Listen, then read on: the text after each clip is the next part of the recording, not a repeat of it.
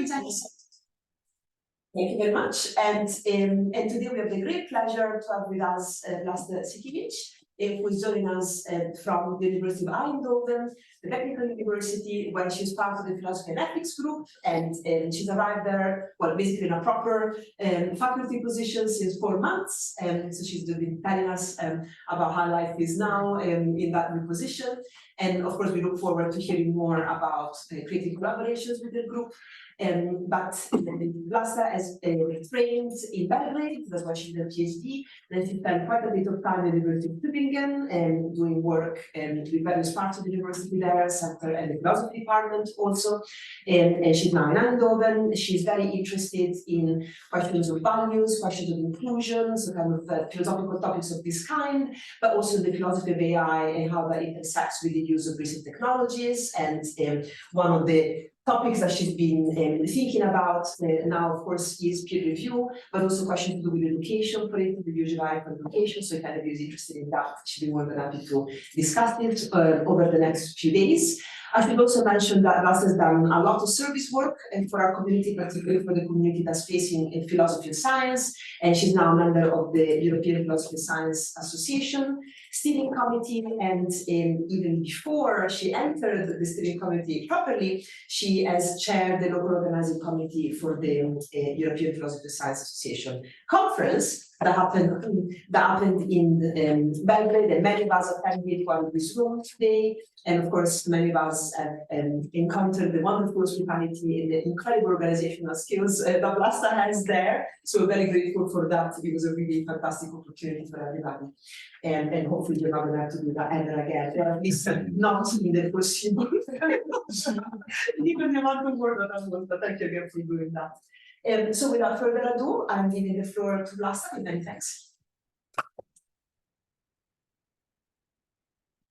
Thank you so much, Sabina, for this wonderful introduction. I got shy, and thank you for inviting me here, and thank you all for coming to the talk and to the discussion before.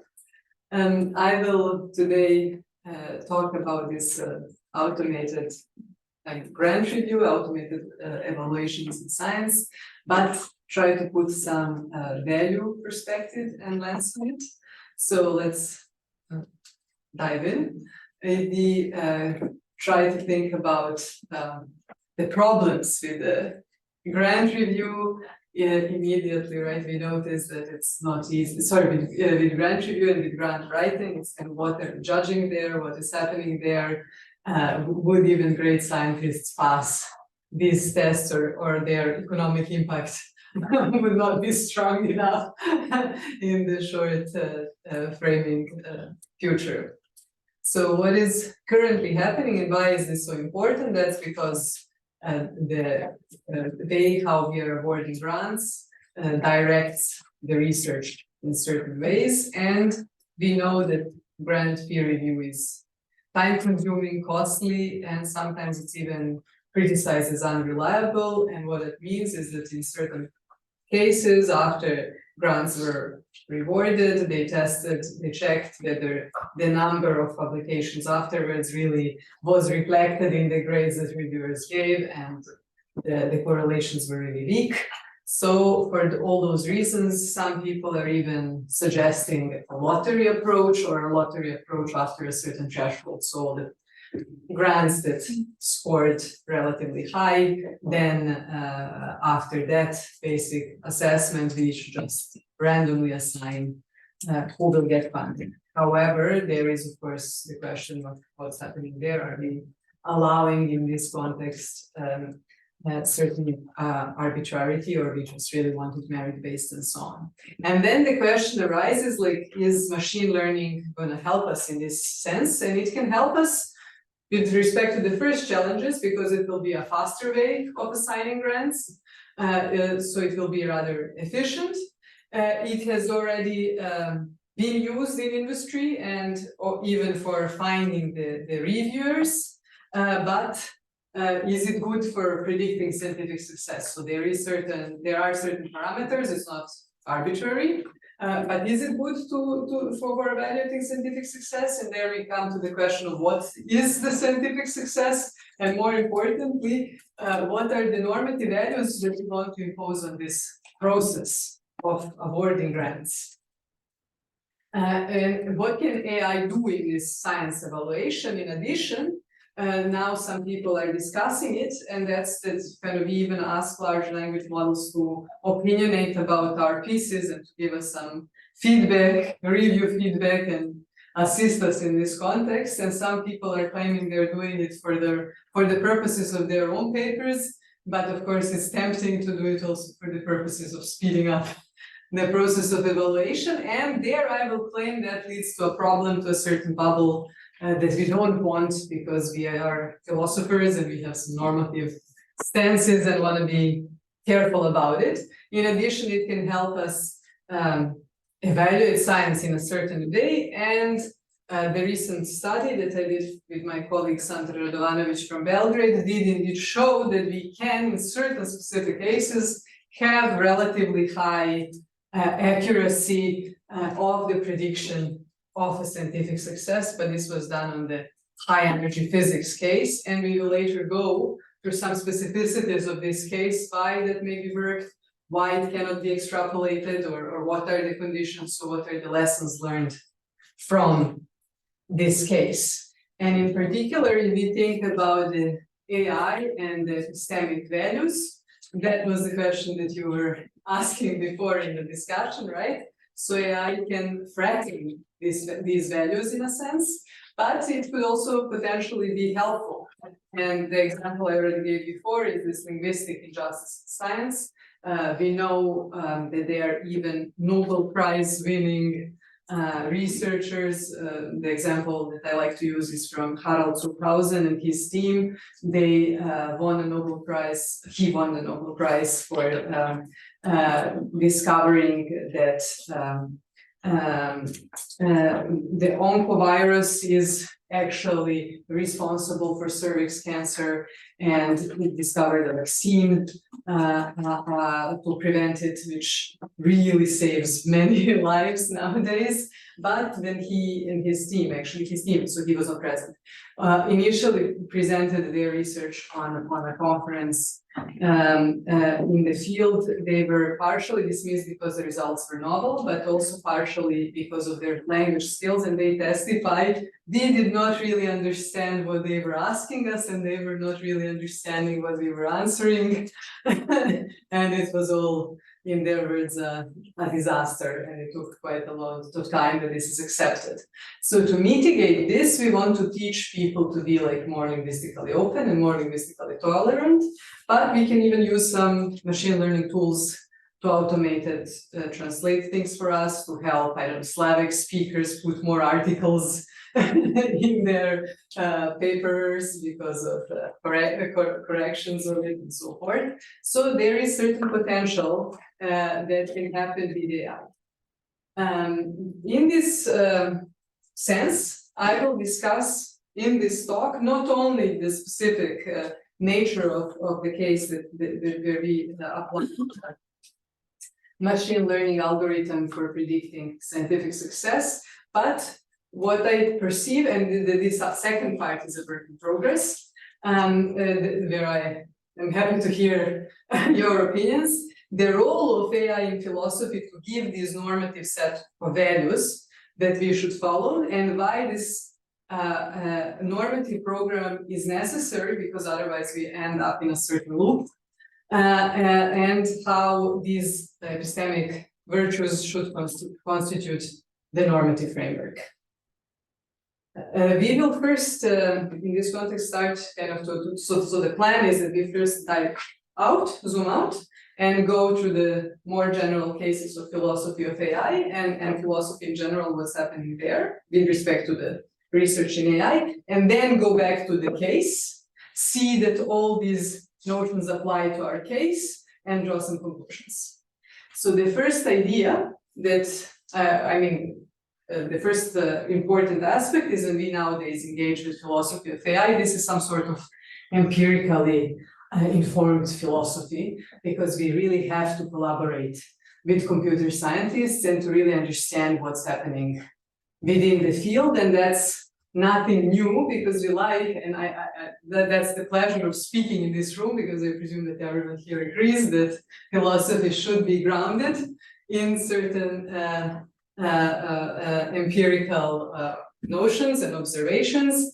And I like this example that already Taylor's, I hope I'm pronouncing it in the correct English. How would you pronounce it? Well, don't ask me, I'm presuming. How would you pronounce it? Thales? Okay. No, I mean, it's a Greek word. Yeah. Okay. So that he already, when he said everything is voter, actually didn't just come up with that out of the blue, but was observing what's happening in the nature, and that the water circulates in the nature. He was on an island, seeing the water everywhere, noticing that the life, in a sense, for them on this island comes from water. And that's why he made this hypothesis that nowadays to students, when they just learn it by heart in isolation, might sound strange. That was actually some philosophy that was informed with observational data that he had around himself. And actually, nowadays we can even say not such a bad assumption, right? It was pretty good. And in this context, now we know that people are switching to the idea of experimental philosophy, but also more general empirical philosophy, because not everything that we do is an experiment. An experiment has a specific definition, so we do a lot of empirical research that is not necessarily an experimental context. For instance, qualitative interviews, that's not an experimental context, but it's still empirical research. And there, the line between philosophy and other social sciences is becoming fuzzy, in my opinion. I don't have a problem with it.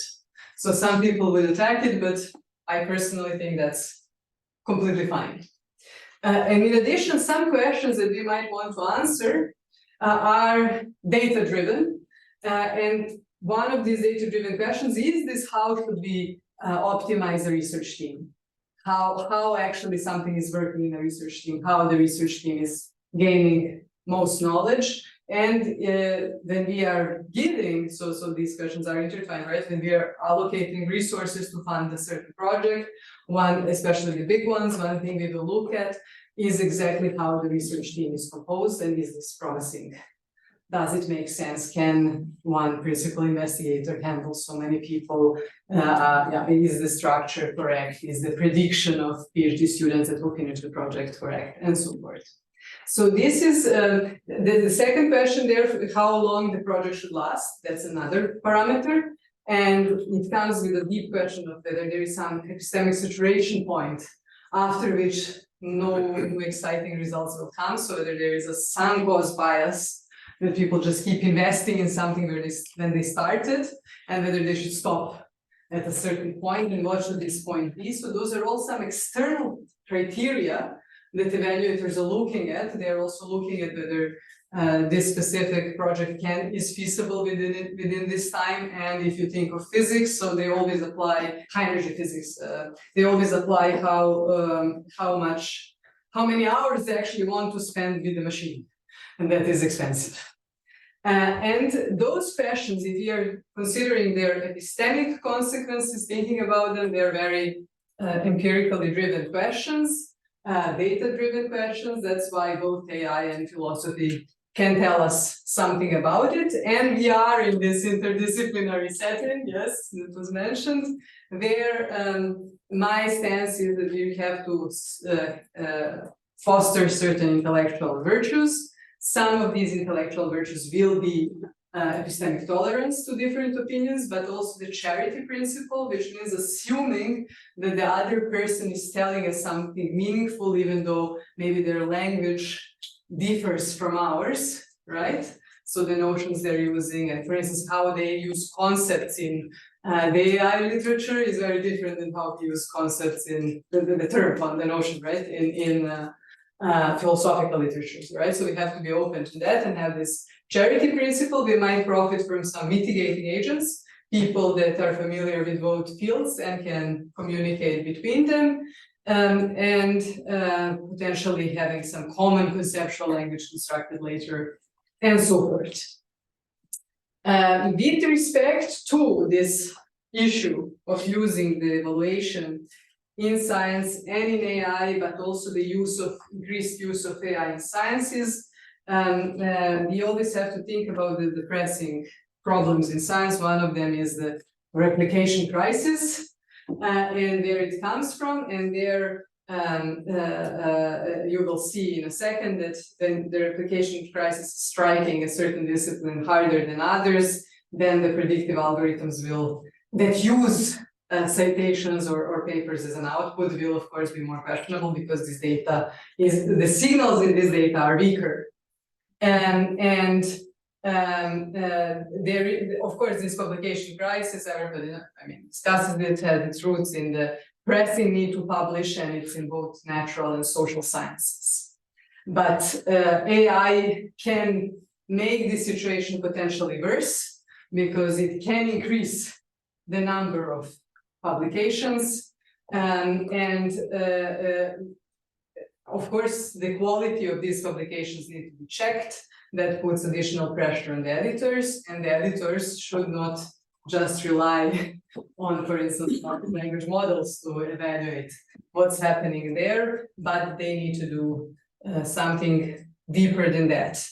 What we know to see this picture of this bubble of what's happening there, what we know from Sabina's work is that there is no raw data. The data is always, in a sense, interpreted, that it's always curated, that is collected for a certain purpose, and the data can travel. When it travels, then it gets repurposed. There is always certain interpretation. There is certain, in my opinion, normativity coming through that in the data. And this is, yeah, do you have, is this the? You can't point to that. Of course, because it's the shiny board. Sure. Okay, here I use the old version method. Yeah, so here, what we are having a certain theory. There is certain normativity sitting, philosophy among other things, right, that influences the way how we collect data, and that we know from Sabina's research. But also, of course, in a way, what we learn from data and so forth will contribute to our theory. Otherwise, we are in this armchair situation, right? And this data, not of course always, but when we are in these large language model situations, or in many other social science situations, so education is one of those, right? Is strongly influenced by the public opinion. Right, and often these data collections are collections of the public opinion, or on what's public is saying, right, on what's happening there.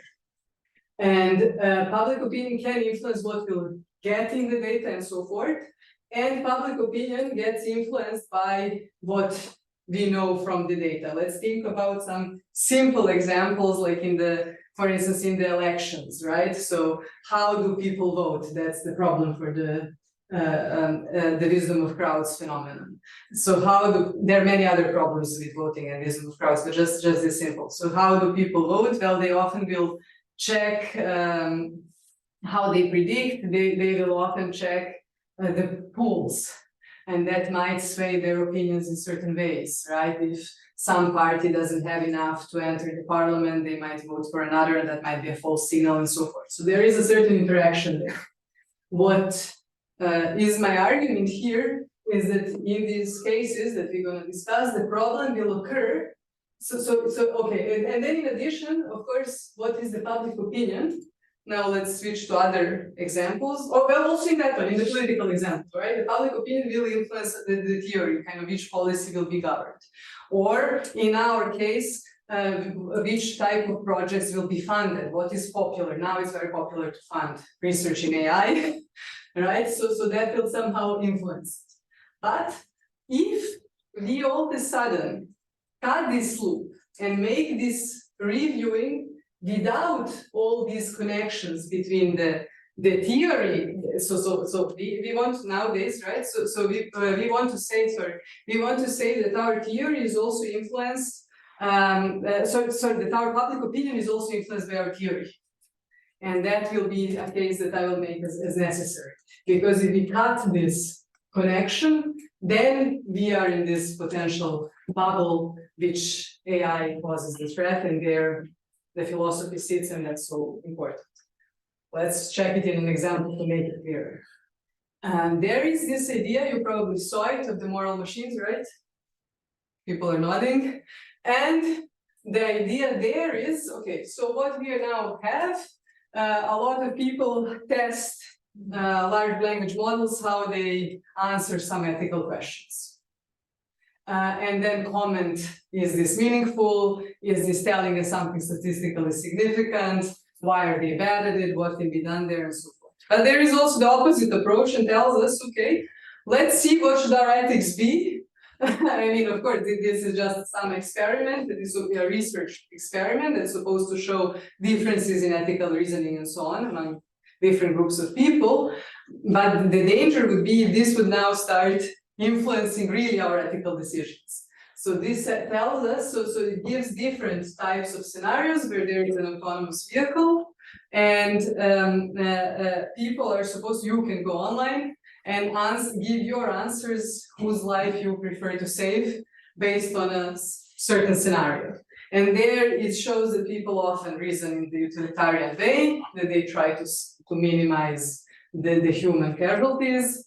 But it also shows, for instance, that they would rather, so you can, so if they hit, if the vehicle hits this wall, then everybody in the car is dead.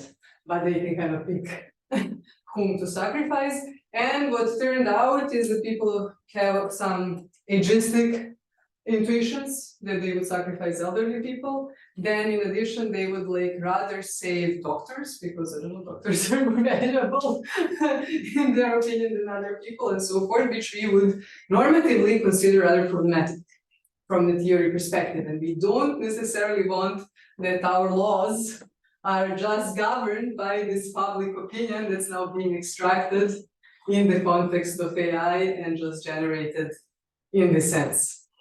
And there, so in this scenario, we see that here, the public opinion just generates a theory, right? But the theory doesn't influence anymore public opinion. So we are in this AI scenario without the necessary normativity, and there is the root of the problem. And that you can think of in the sense of the automated grant review, that we are all of a sudden just collecting preferences of researchers, automating that, or automating past funding schemes and results, and just plugging that without additional theoretical considerations on what should be funded that should further influence our decisions. We are in a big problem. The similar situation can happen in the context of the education, right? So we also want that from in education we can use the algorithms, for instance, to decide to predict enrollment grades and so forth of students. We can profile them in many ways, which is considered ethically super risky, and in most legal documents is considered as one of the most high risk applications of AI. But that in theory could be done, but it has the same danger, right? So what are we doing? We are not adding any additional value criteria, and we are in this problematic loop. So that is what I think is really important. And which are these normative aspects that I would like us to have in the automated grant review? Well, we might want this fairness, inclusion principles, inclusion in the sense that I described, right? We'll want also more generally certain alignment with human values, but these values are not necessarily what the public, right? If we would now go and ask people on the street and interview them what to fund in science, that will probably differ than from what we would as philosophers of science consider to be valuable to be funded, right? I wonder whether they would be aware of the diversity and all these subtleties of the funding. The other thing is that we have to be, so more basic stuff is that we have to be aware that there is a certain limitation in the data that should be used in this process. And some of these limitations we have already, in a sense, emphasized. And this is this: if there is if the replication crisis is striking a certain, do you see the screen for me? Okay, if the replication crisis is striking some field strongly, such as biology, then it is really hard to see whether an algorithm that would use as output, as predictors of scientific success or as a proxy of scientific success citations would be reliable. That is the problem there. If we have a field that has a clearer inductive pattern, of course, there is no perfect field, not even math, right? But if the field is, if the community is diverging in a stronger way to the citation outputs, and if these citations are a more reliable signal of the scientific success over long periods of times, then okay, then we can consider that. Nevertheless, we are aware that humans will also take into considerations publications, previous publications, and citations and so forth. But the machines, of course, have this, right, inherent problem if we are structuring that as the outputs. We can have different inputs and outputs to measure this automated grant review. In this first case, what we did, we just used the data that was as inputs this time, duration of the project, team composition, and then used different parameters of the outputs. So the output was also multiple of the impact and the classifiers inside the physics among their publications. And again, so that's, for me, it was shocking that it had a moderately high accuracy, but for my colleague it wasn't. But we definitely noticed, so definitely what I would always like to stress out there, we cannot just use the same method and now say, okay, that will work. Miracles in biology. And what I definitely want to say that what should never be done, that's to just plug all disciplines together and then search for efficiencies, because some disciplines, that's trivial, right? Some disciplines are much more cited than others. However, I read certain research papers that did exactly that. And I think that's very problematic. And what we can see, so as additional problems that happen there, is that the algorithm will have problems with outliers. We can also say, okay, fine, humans will also have problems with outliers. That's why we have specific grant schemes for outliers. But in any case, so outliers are a problem. So only outliers from the training data, right? So you're first training the algorithm, and then you're doing the predictions. So if there is an outlier in the training data that's there is an outlier with respect to what the algorithm was trained on, that will be a problem, so it will be detected correctly. That can be amended by adding more data to the project. Another problem that can happen is that some people might try to have certain adversarial behavior, so that see what the algorithm is doing and then play it strategically, so it's potentially predictable. To amend this, again, adding more data all the time in this pool would help, right? Because that would make it harder to expect what is necessary to get a successful project. And what is clearly a problem are these unobservable variables, unless they are somehow differently assessed. So I could even envision that they would do the text analysis for keywords that should, in a certain sense, signal motivation of researchers or team cohesion, but I would find that highly problematic. So we, for nowadays, rely that during the interviews and communication that people are judge that better. To overcome this, of course, certain qualitative assessment as part of the grant review would make sense. And the interesting thing for us would also be whether we could get the robust results from a plurality of approaches. What I mean by that is that if we use different machine learning techniques with different input parameters, whether we would get the same results. And what we now did gave relatively, in my opinion, relatively objective views, because there was fixed inputs, fixed outputs. Another thing that we are trying to do is to train the, objective in a sense, right? So we know how long the project lasted, and we know what are the outputs of the project. So it's not human dependent in this sense. But we want to test, and that we are doing at the moment. Then there are also other groups doing it. How people, how researchers, what are their preferences with regarding to different types of projects and different structures of projects, and to train the algorithms based on this. And my skepticism there is that that will not match this other way of predicting results. And that would be the interesting question.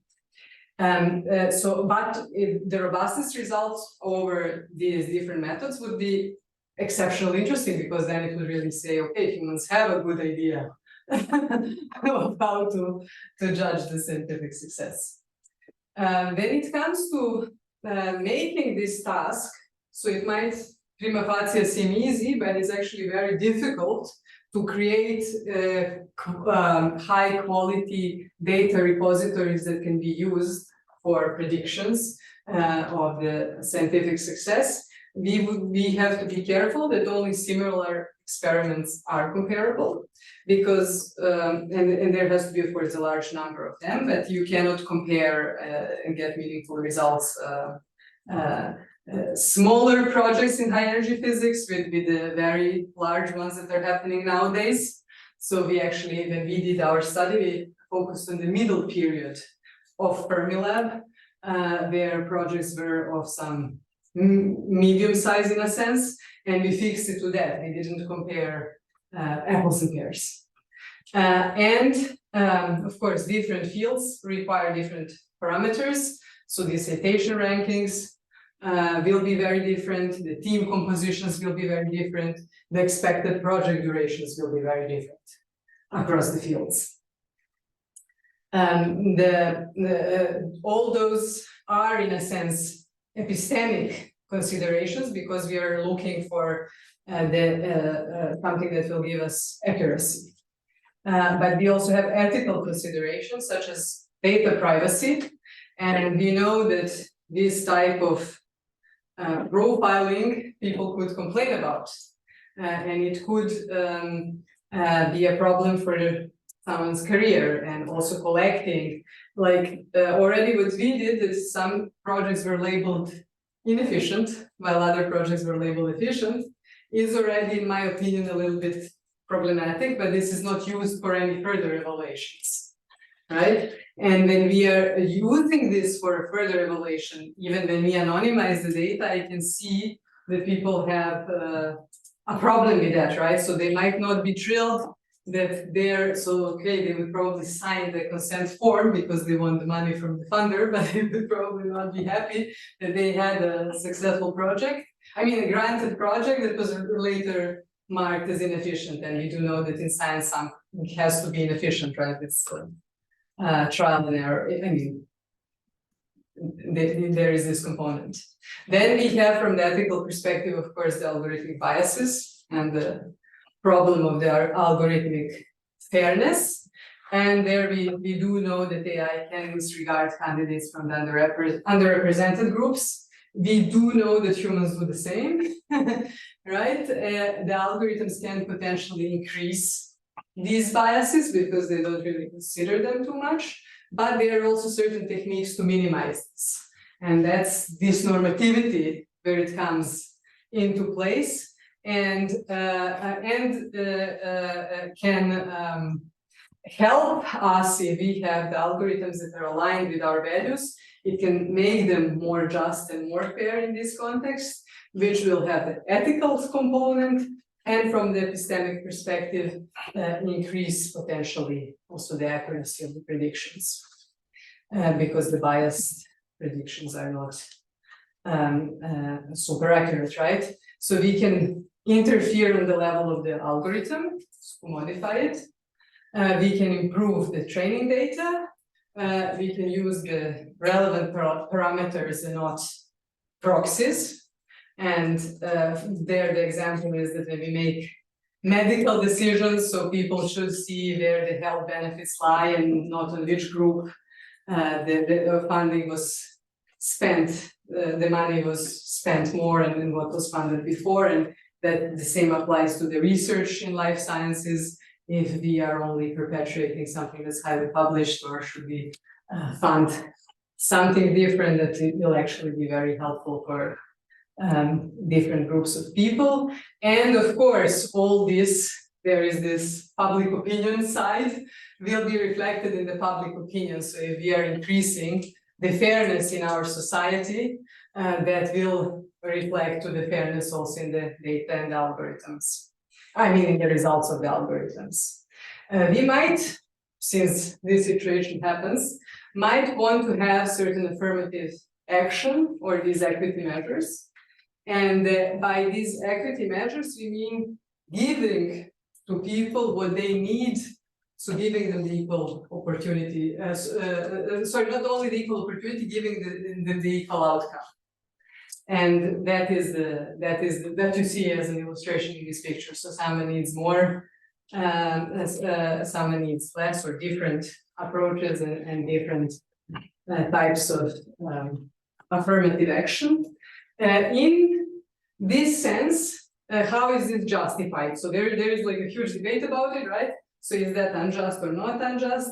How is this justified? It's justified that a certain group was underprivileged over a long period of time, and that's why it needs a certain boost at a specific moment. That specific moment shouldn't last forever. And that's our argument, and we have a simulation about that. So the point with our point with that, so Sandra's and mine, is that we are doing the measure, the affirmative action, only until we reach certain position that this is not necessary anymore, and we are decreasing in each step the quota. Simple example. We want to enroll more women in computer science or natural science. We are giving a certain, we are using the predictive algorithm to see whether they can really finish the study and what is it saying. So it filters, in a sense, people that will most likely finish the study, so forth. Questionable whether this should be done and how this is done and so forth, but let's assume it, and that we have some information about that. And then we try to give these people certain extra points or extra possibilities to enroll. That I'm not entering there into this discussion whether that should be done by opening extra spots or by changing the spots. What I'm saying there, what for us is very important, is that in the next round, the number of people that got in through affirmative measures should decrease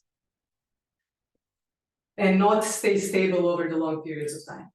So that over time, we want to decrease the affirmative measure that we started in the beginning, because we are approaching this more just state, or if the affirmative measure is working, that should work. And that's the way how this can be implemented in a way that uses this algorithmic functions, so that uses this system level. However, of course, we can think in different ways, and we can think, if we are in science and funding science, or also in general, like, right? So we can think from the data perspective that we want more diversified data, that we maybe even want some synthetic data to be added there, or to be the data is modified in such a way that it signals in different ways different things. We might want to keep a human in the loop to take care of these values, or we might just want separate funding schemes which are easier to get. when I say this human in the loop, is this what I talked before, that so that it's not just everything just done by the algorithm, but that there's also a qualitative component coming from a human, and the human is correcting what the algorithm is doing. Even though I'm aware that there are different approaches, so apparently the algorithms are used to correct the human grades and to equalize the grades that human reviewers are doing. So there I think is the place for our values. And to answer this epistemic question regarding the algorithmic random review, so can we do it? We can, in certain cases, think of it, and it could be a meaningful tool, but it has to be limited, and it has to be really thought through about all these limitations that we now went through. So it has to be field-wise, organized, only comparable experiments should be grouped together, and in the end, we have to know that scientific success is something difficult to predict, so there is always a large error to be expected. When it comes to the ethical concerns, we of course, apart from these privacy concerns and adversarial behavior, have this big question of the algorithmic fairness that is also pouring into our question, into our epistemic question of how accurate the situation will be. And this human in the loop solution can be manifested in different ways. So machines could be used as a pre-screening method, so to just select like a very rough pre-selection of whether the project makes any sense or not. Then assessment of the peer reviews of humans can only play one like grade or one score in the larger machine learning system. So it can be one of the inputs that we are looking at, or these two assessments can be combined in these different ways that one is correcting the other in certain levels at certain times when this is happening. From the more general perspective, it is not sufficient that these funding decisions are influenced by the data collections that we have and running certain algorithms on that data, even when that data is collected from scientists. So even in a situation that we asked experts about potential projects that they would rank one over the other, so you can ask them, would you like, which project is better, the project with this many PIs, that many PIs, this duration, that duration, what do you value more, and so forth. So even such trained algorithm is, in my opinion, insufficient, because there it comes not only the public opinion, but it comes the opinion of the experts, but it still lacks some normative reflection on what should be funded. And this normative reflection is where we sit in, and is necessary. And what I'm proposing here is that we should also there think about this epistemic golden middle in the context of the virtue epistemology, right? So we are searching the sweet spot between virtues and vices, and we are they're interacting with all these new technologies, right? So we cannot just ignore them. So we have to be open to them, be flexible to them, be ready to use them, test them, see what happens, see what is the problem. It is going to happen around us. It might happen in the industry before than in science. So we have to be careful, right? So they cannot be ignored, but they have to influence each other. And in a sense, our task is from this theory perspective to follow these developments and to give the normative suggestions about it. And we should try to avoid these data-driven bubbles that we are either in just this or without this other link situation. And thus, in this sense, we should, of course, like to make a summary, right? So our goal is to advance learning from AI in science, and we do have to engage in this cross-disciplinary collaborations. We do have to engage with real empirical research around us, And they, on the other hand, need this philosophical normative framework. They might think they don't, but I hope we saw that it's necessary. And all that has to influence policy, because without it, not much will change.